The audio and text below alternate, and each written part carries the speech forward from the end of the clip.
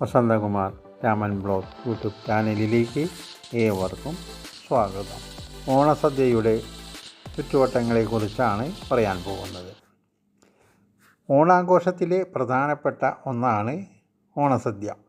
കേരളത്തിലെ പല ഭാഗത്തും ഓണസദ്യ വ്യത്യസ്തമാണ്. മധ്യ കേരളം മുതൽ തെക്കോട്ട് പച്ചക്കറി സദ്യകളാണെങ്കിൽ മധ്യ കേരളത്തിന് വടക്കോട്ട് നോൺ നിർബന്ധമാണ്. സദ്യവട്ടങ്ങളിൽ പച്ചക്കറി സദ്യയ്ക്ക് ചിലവ് കൂടുതലാണ്. അതിന് പ്രധാന കാരണം വിഭവങ്ങളുടെ എണ്ണക്കൂടുതലാണ്. 12 ഇനം വിഭവങ്ങൾ ചേർന്നതാണ് ഓണസദ്യ. എന്നാൽ വിഭവങ്ങൾ വിളമ്പുന്നതിനും ഉണ്ണുന്നതിനും ചില ചിട്ടവട്ടങ്ങളുണ്ട്.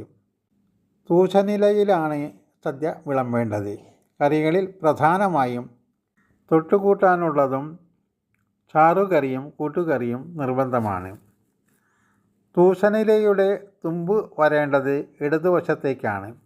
ആദ്യം വിളമ്പേണ്ടത് ഉപ്പേരിയാണ്. തൂശനിലയുടെ തുമ്പ് ഭാഗത്താണ് ഉപ്പേരിയും ശർക്കര വരട്ടിയും വിളമ്പേണ്ടത്. അടുത്തായി അല്പം ഉപ്പും വലിയ 2 പപ്പടവും ചെറുപഴവും വിളമ്പിയതിന് ശേഷമാണ് കറികൾ വിളമ്പാൻ തുടങ്ങുക. ഇടത്തുനിന്നും വലത്തോട്ടാണ് കറികൾ വിളമ്പേണ്ടത്. ആദ്യം വിളമ്പുക ഇഞ്ചിക്കറി, മാങ്ങക്കറി, നാരങ്ങ.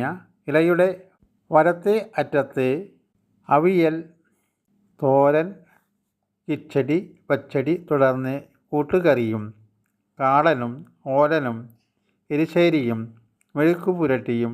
മെഴുക്കുപുരട്ടിയിൽ പ്രധാനം നാടൻ പയർ കൊണ്ടുള്ള മെഴുക്കുപുരട്ടിയാണ്. അത് കഴിഞ്ഞാൽ ചോറ് വിളമ്പും. ചോറിനൊപ്പം നെയ്യും പരിപ്പും പപ്പടം പൊടിച്ച് സാമ്പാർ കൂട്ടി ഊണ് തുടങ്ങാം. ഊണിന് ശേഷം പായസം വിളമ്പും. ആദ്യം വിളമ്പുന്ന പായസം അടപ്രഥമനാണ്. അതിനുശേഷം പഴപ്രഥമൻ, പരിപ്പ് പ്രഥമൻ, ഗോതമ്പ് പായസം എന്നിവയും വിളമ്പാറുണ്ട്. അവസാനമാണ് പാൽപ്പായസം വിളമ്പുക.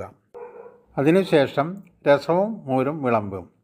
അത് കൈക്കുമ്പിളിൽ വാങ്ങി കുടിക്കാറാണ് പതിവ്. എന്നാൽ ഈ കാലത്ത് ഊണിനൊപ്പവും രസവും മോരും കഴിക്കുന്നവരുണ്ട്. മോര് വിളമ്പുന്നതോടെ ഓണസദ്യ പൂർണ്ണമാകുന്നു.